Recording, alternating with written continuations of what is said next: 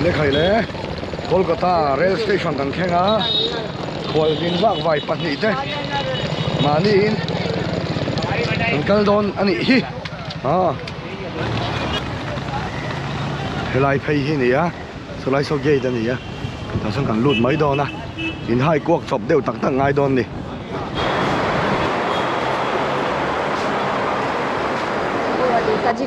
Kaziranga 9:05 में 95 yes still too early इधर में आएगा 95 में एक रिम नम हुम mai riêng trội na thủ gần sông na để hiên phố nào đi lỗ mồ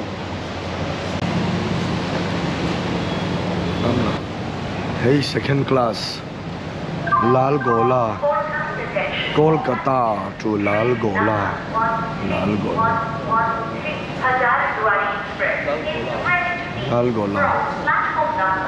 chuan hey ente an siam dan hi hela hirel kong ani ta hena in zoma azona chen in zom mi alo an fin khop mai he tai na in zom dai he lai hian kana zon zela ni mi alo a ton in zom khan ni mi alo om zia thui de wan yang kha khan mo rel kong hi fit rukvel chu ni anga fit ruk chu ni phalo fit nga chu niang kim hi Google thei to ma se he ti hang gan te vel chin ni zo pa te metarin ngai to na metar you can see into a dressing room as well railway station phải về cần được muốn hậu bộ hay thì phải tôi kinh rú to mới tấm to về phải nó rét khen này to hey lại hiền ni chỉ cần na bul lo khan restaurant mà kan ti restaurant ringo da lo ni lawa waiting hall waiting room mà lo ni rail ngak ta kan ni heti hian chuan ta hian man na ta ni hey hemi darkar khat kha kilometer hen de ngai ngai darkar khat kha cheng som thum parukin kan oma mi pakhat zela chuan chuta cheng som thum parukha GST an charge boka kini hi de han le kha min pe thapa chuan cheng za som li pali in darkar ni kanom don ani chuan chumi ba ka ei tur order thei boka du kha restaurant am devin hei hetiang hian table te ta mo table te oma ta khan ei le in kha an ti mai don ta ni hela ma ko an lo thut ma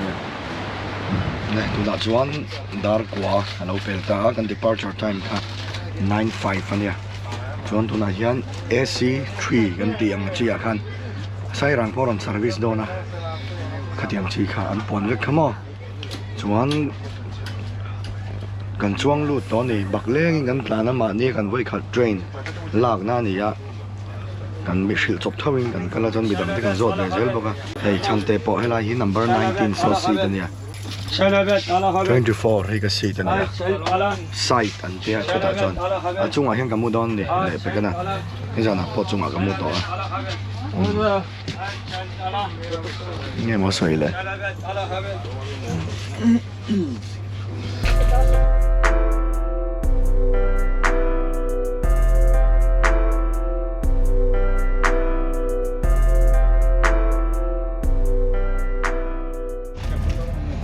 chunga kamu do na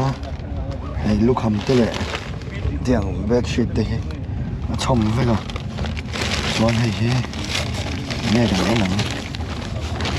hei po ri zai chi tho tha sik lai a zin nang deuh kan nia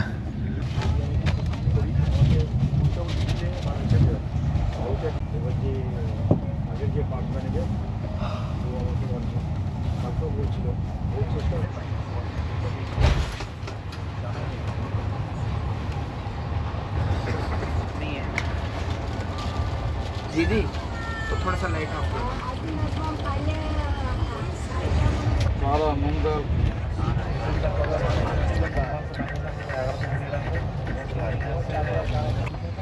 ei tui bok mo ai đâu thấy ni xí lâu mà nim do in chong mai kan chen da pon tan ai ni à ni hian bok chung ten ei porta tui ti thei zel mai pathian zara lomom mu thei bok thau chi ai hal ni mo ka oi ro a chang le ti fel lo ne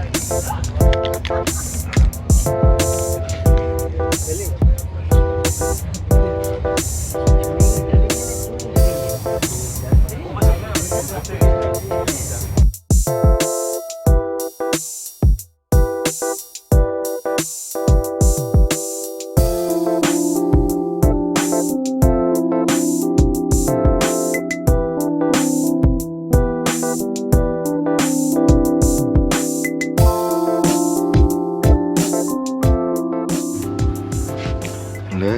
thum le ni somli panga lorita tu dak chon li sari Guwahati kan thenga voin hi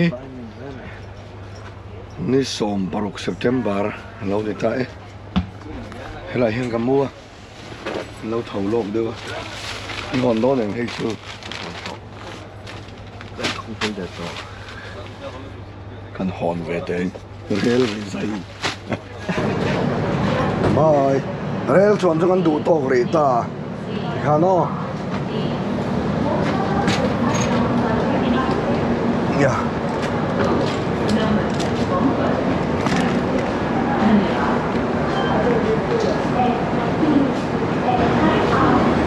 hey helai hi hian an mu top mai ani train and hak ngen riak shim nge po sela fen hi vir chara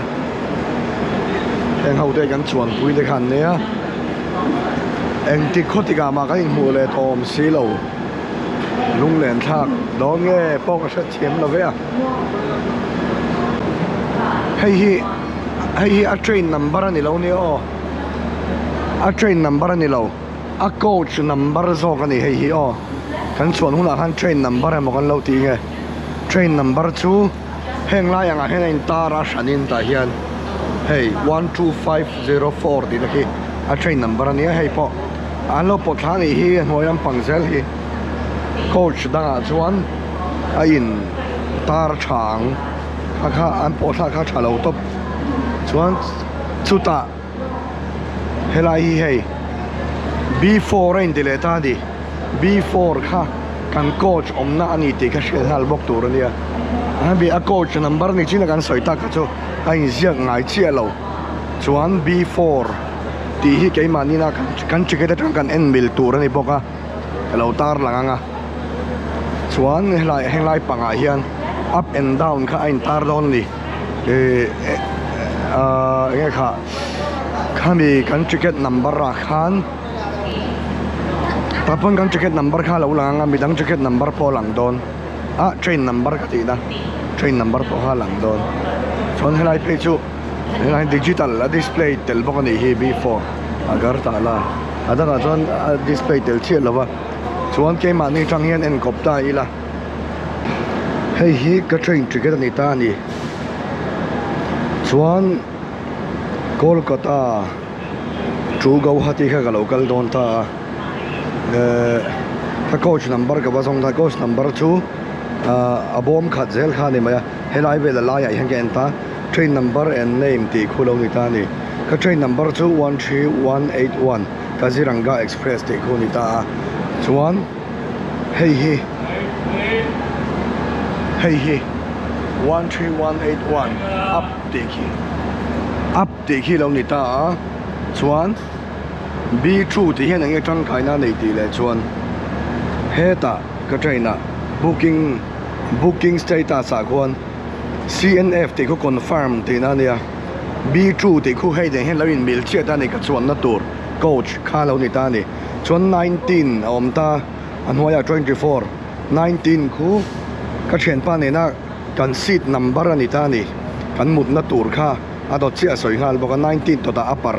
at chunga kamudon tinania achem pa ko 24 side upper side upper amudon tina lo ni tani khatiang kha ni mai 19 le 24 khu kan seat number ania chuan upper le side upper ko chu kan mut na tur alo ni mai ti na ni kan kum za te point ziak veka thlen hun tur te in ziak boka a express minga in ziak boka a express ning po hta hindi kha a thena chuan thiar thiam ve deuh te nga ya hindi lo pon in ziak zel thawa chuan AC3 tire te lam tur nge ka chiang che lawa tire ani ka ringa hemi hi a chunga a khum om zat soina ni mai a side tel lovin mo e khum chong thu mom ti na ni mai te hian 3 ani chuan 2 tire ani chuan khum chong ti 1 tire AC ni chuan chong khat ti mai ang khum khatiang khan om ti na ni mai chuan a side kha chu om tel zela le khati song kha rel chuan dan tlang pui kan ha soi chu ni a soi le soi nu lian puya abanga loin tar kha chu e kan compartment emo kan coach number ani lo apoi mo lo hei hela ya mi loin tar ang himo apoi mo lo ti ma yang ke ma ni tan chuan apoi mo chiam lo hei hi chu nge ti chuan ami a coach number khania hi ma ni ticket in the end mil tur chu B1 B2 ti emo A1 A2 ti vel kha ani mai don ani duna chuan join the tur kan zong ang o chante ne le rail bye bye le train ting kan chuan le no chelo sai rang atang chong kan la chok ve le tur anga ya le hi nam bolo Abdul Roop. ha Guwahati se Abdul Roop. Abdul Roop Guwahati se hey auto rickshaw alawam ha la kot kai mai ai hian car te po du chon lak tur oma Mizoram house a kal rickshaw kan tu manga ta tang hian 200 rupees ani Mizoram house ka oh claiming and don ve dewa le जाओ चलेगा चलेंगे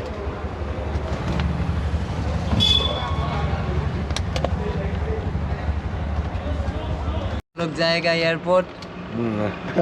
अभी हम लोग जाएगा airport mission compound आया mission compound में रूम नहीं मिला अभी सब लोग को लेके जाएगा एयरपोर्ट में वो लोग बैठेगा उसके बाद जाएगा फ्लाइट से 12 बजे फ्लाइट है ठीक है हेलो भाई मैं सोई खाल वेक चुला ओ हे Mizoram house kan khenga GS road ala lawa Mizoram house kha GS road a oma chuan kan hong kan book lok box si lo ne alu ve top thayang ti kan ngai to dewa room book kher lo khan ma se kan tong thiam na dai lo de bok ne kai soi fia zo lo dewa chuan airport kan direct to mai don ni o Singdarli bor vela ni a helai hian chok an ei dona chuan hela ma tang kan tlan phei char chara chuan a char pon ani lo den kan kwal don nge mani min kwal puita helai mi thei ke san ne chuan sol ma so kan kal mai thei boka mo airport road kha chuan ta hian cho kan ei don ni आप switch off it's okay हाय आपका चैनल का नाम क्या है lok channel starting karta ka कौन सा लैंग्वेज में mizo मिजो अच्छा take a Sunny Golden's London girl. Hey, chang tu pa hi. Hey, chang tu pa hi. Hello, starring hi. Hey, dukan malik hai. दुकान मालिक है Oh, chale bhai. Hey, दुकान मालिक का YouTube channel का पास है 649k subscribers 263 videos है short film lau chang na samaya ui khop mai serial है short film अच्छा तो नहीं ही सब्सक्राइब तो करता है What your channel name? Mister Samu Give me your channel. Okay ये बाय Bye. Good night. चलेंगे good night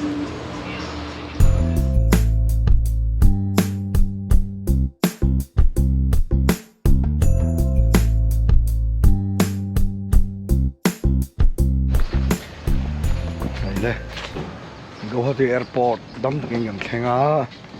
dar na le level tero ma le chen level ani ya an zoi ngur chuai to khop mai chan te pa in nuk del to mai ni no spitting no littering chil chang mai mai te lâu tê phát lâu à trên sáng khát fine đón này là hay Guwahati airport chú này á lụt trên nào căn khom đàn nghe ngồi trụ dâu râm lắm anh về lâu tổ ràng ấy là airport toàn khen ma khom mấy hay hết tiệc phen hít thọ em mấy mặc gió này hiện dar car khát về gần là chú đó na chú mình hoa boarding bus mình đi phải sang đó na hey phone charge na ông này thằng khóc mày à số gì là hay là gate number 4 gần giống ang tự đăng hiền hay là gì cột chầu và à mà anh cần đã thấu khăm mi lâu lắm khăm mi không làm mà để ổn đấy cả sẽ security check in thì mà hiền quá mà 4 hay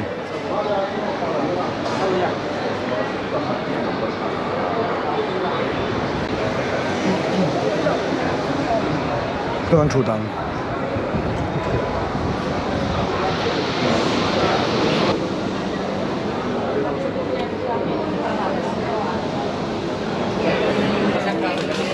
lo om char chara ei kan gate number anon thla ka tuna hian dar som pani le mi khatania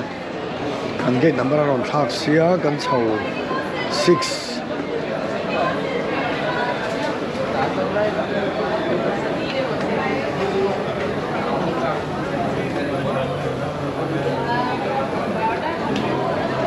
6 on board đâu nè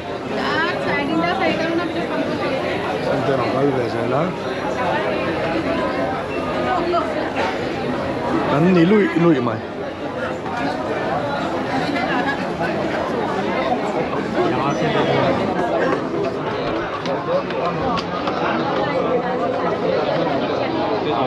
Sorry. Wow.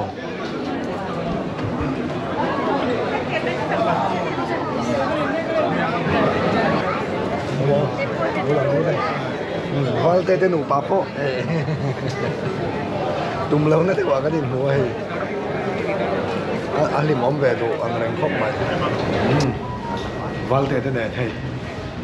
anh tây lụt chân đô này đồ này hiền dar sòng bát này lẽ chân về anh đi đó khua gì ở đùa yang rành ăn khóc dâu là vắng tiếng ăn lao khóc mày à tụi nó tất cả là thiang chân à kan trung thầy đồ ra đây ngay là một thiên không ai nói ra này xoay về đồ đây này em Like and subscribe. Oh, like and subscribe. Oh. Anh đồ tốt không này cái tốt về à. À biếng nu lâu xoay à. Tất cả các tên mấy này cả. Tu mà xoay lâu. Vác vài mail pui nó còn tây này là. Cái lâu xa ra đi. Hết đã thêm bắt chăn tê ổn bốc á.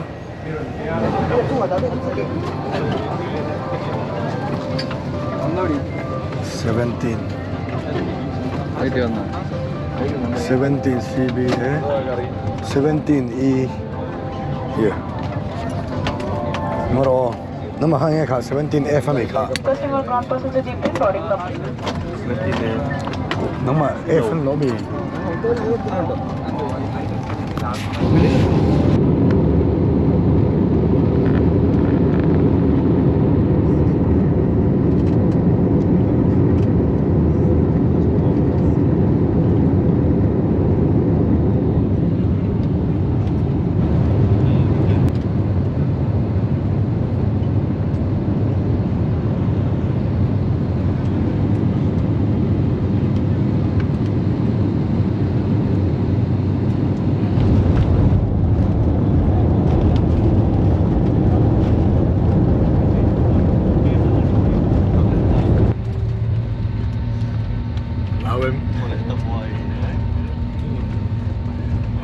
Boleh tak boy. Aizawl. Bye. Bye. Nice. Oh.